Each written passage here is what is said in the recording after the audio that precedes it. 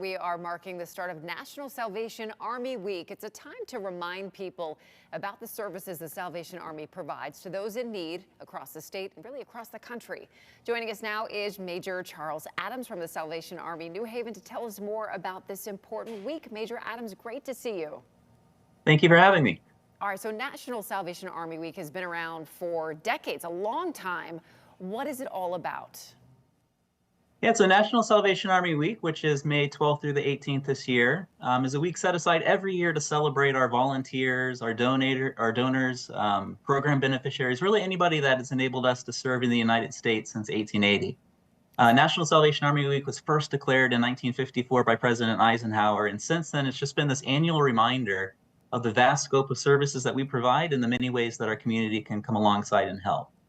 From the 71 years since it was first declared, we've continued to serve our communities, whether that's been social services or spiritual services, disaster response, holiday assistance, whatever it's been. And we've worked to broaden those services more and more to meet the individual needs of the people that live in our communities. And so again, this week is just a celebration of anybody that's helped make our mission possible, anybody that willingly comes alongside us to help us bring hope-filled, comprehensive services to those in our community.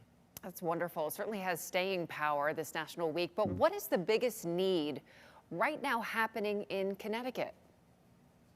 I think food really continues to be a huge need for us. Feeding America just recently released some of their latest food insecurity data, and it's alarming. I mean, over 468,000 people in Connecticut are food insecure, meaning they're not entirely sure where their next meal is coming from. And with the rising cost of meals every single year, food insecurity in Connecticut has grown drastically, and families are being put in a very difficult situation. You know, do they feed their families or do they pay their bills in full? And where do they meet the gap depending on what they choose? And so our food pantries and our soup kitchens across our state have seen increasing numbers.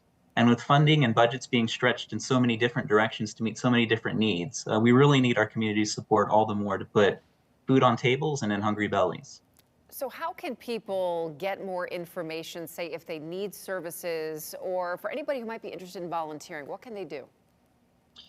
You know, for all the Salvation Army does, we certainly don't act alone.